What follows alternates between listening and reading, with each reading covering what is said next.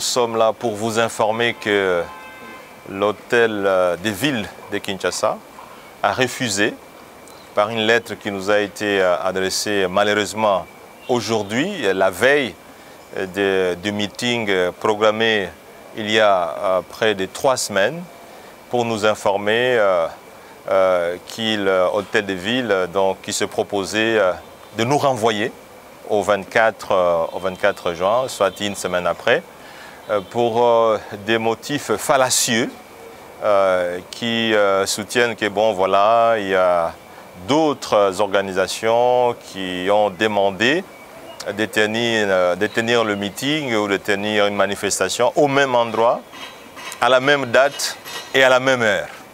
Je crois qu'il faut être bête, il faut être enfant pour croire que cet argument est vraiment valable. Sinon, c'est la mauvaise foi.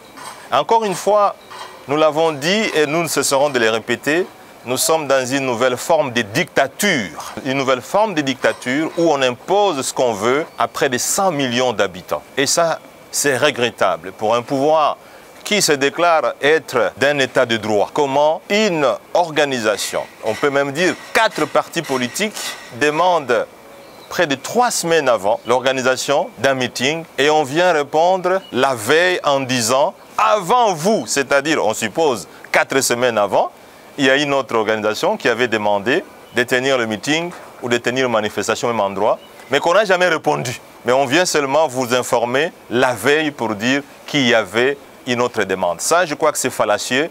Et aujourd'hui, nous prenons le peuple congolais à témoin. Ceux qui disent que l'opposition est faible, c'est eux qui sont faibles.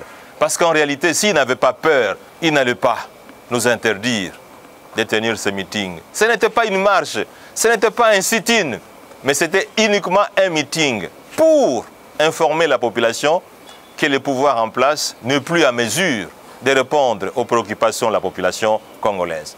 La vie chère, les taux d'échange qui bougent, les prix qui montent, la pluie qui détruit, qui tue la population, la saleté, les salaires qui ne sont plus payés, retard des salaires de plusieurs mois. Bref, le pouvoir n'est plus à mesure d'accepter même que l'opposition tienne un meeting, que l'opposition tienne une marche, que l'opposition tienne un sit-in, parce que le pouvoir est convaincu, si l'opposition se met en harmonie avec la population, le déclic va être donné. Et donc, aujourd'hui, nous allons observer ce pouvoir qui nous propose le 24. Nous savons que nous ne sommes pas dupes et que le pouvoir va chercher d'autres subterfuges pour que ce meeting projeté par lui et non pas par nous au 24 juin prochain n'ait pas lieu.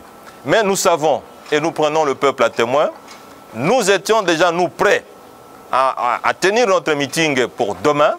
Et je pense que la population, et nous sommes convaincus d'ailleurs, la population s'était déjà mobilisée pour répondre en tout cas à ces meetings.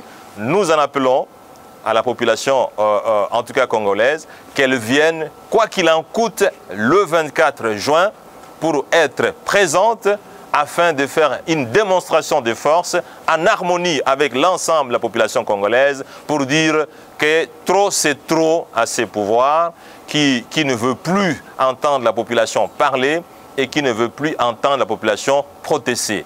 Les droits d'expression, les droits de liberté sont bafoués par ceux qui ont prétendu le défendre, par ceux qui prétendent le protéger. Aujourd'hui, tout le monde est d'avis que le pouvoir en place muselle la population, muselle les libertés d'expression, les libertés des mouvements. Donc nous, pour éviter que le sang coule, pour éviter que les blessés n'arrivent, nous disons à la population congolaise de ne pas venir donc demain pour ce meeting, de garder son calme, de garder son sang-froid pour que le samedi prochain, nous puissions nous retrouver pour un meeting, démonstration de force, démonstration d'harmonie de la population contre un pouvoir dictatorial qui ne veut plus que s'imposer que par la force.